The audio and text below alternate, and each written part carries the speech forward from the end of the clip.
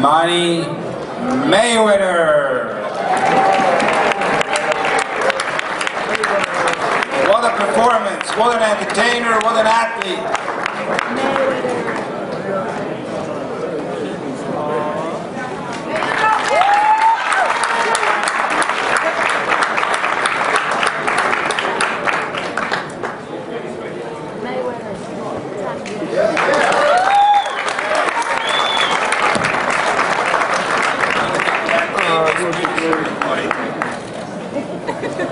Another bell, baby.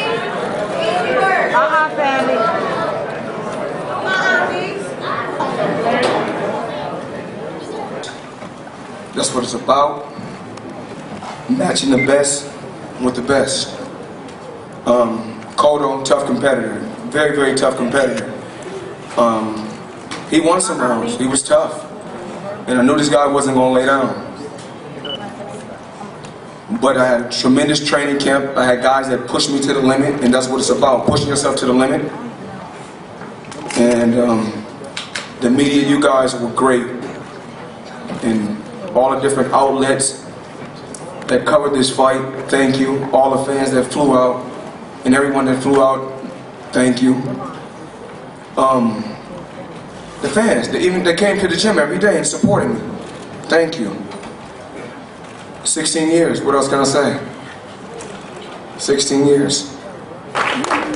Just like he said, we couldn't have done it without the fans. This is, you know, Floyd fought a fight that you guys hadn't seen him fight in quite some time with, you know, because Cotto, he was bringing it. And we knew, that's what we knew coming into the fight. That's why we brought in a bunch of young, talented guys for Floyd to work with. And as he said, they really, really pushed him. Preparation was the key in this victory tonight because, like I said, you know, Floyd had to come out and he had to fight hard. Because, you know, round after round, you know, Miguel, you could see that look where he's saying, I'm not gonna give up. You know, he kept on. You know, I think it was the earlier rounds where, you know, the fans were going really wild because Floyd got hit with a jab or two. Floyd come back to the corner and I say, you know, a dog get a bone every now and then. You know, I wasn't Floyd Mayweather that was backpedaling, which I could have just outboxed him and moved and made it a boring fight. But you guys, it's a recession. You guys spend your hard-earned dollars to come see me. So I said, fuck it. Let me give you guys what you want to see. This is really exciting. I had the opportunity to be with Floyd the first night that he started training. We was actually in Orlando, and it was All-Star Weekend, and he decided that he just was going to start that night, so he went out, ran 6 miles that night.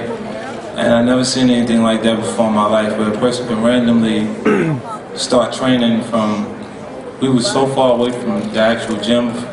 You know, before that it was like we were going to a strip club.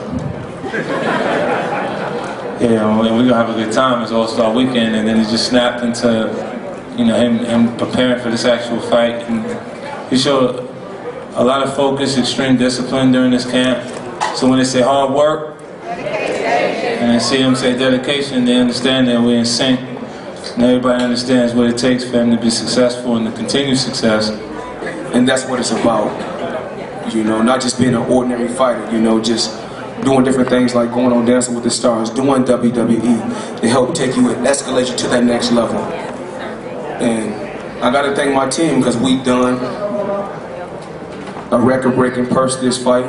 I think I made over $32 million tonight.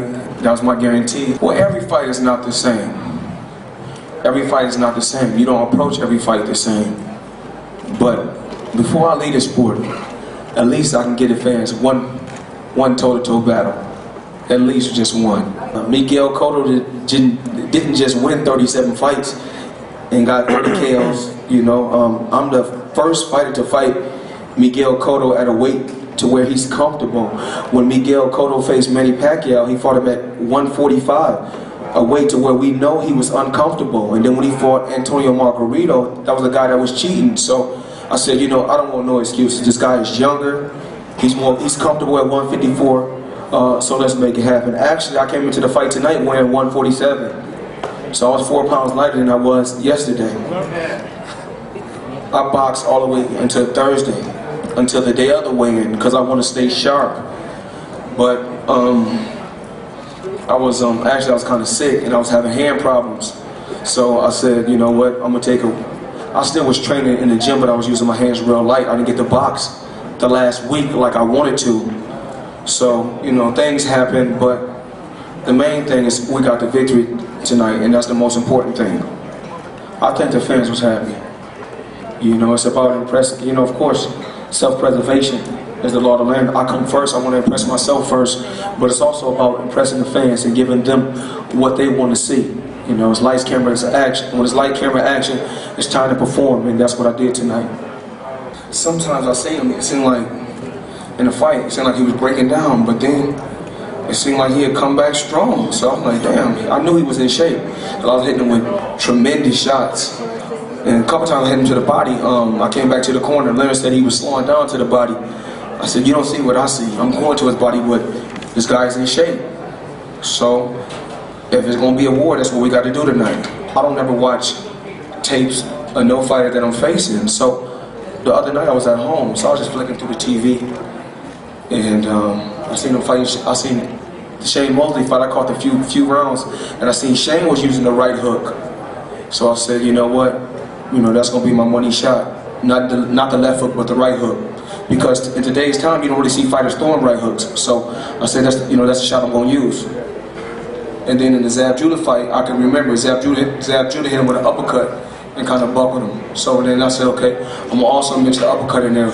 You know, in the later rounds, I want to mix the uppercut in with the right hook. The truth is, Bob Arum is not going to let the fight happen. It's not on me. You know, I went to Pacquiao and I offered him $40 million. I called him and talked to him direct.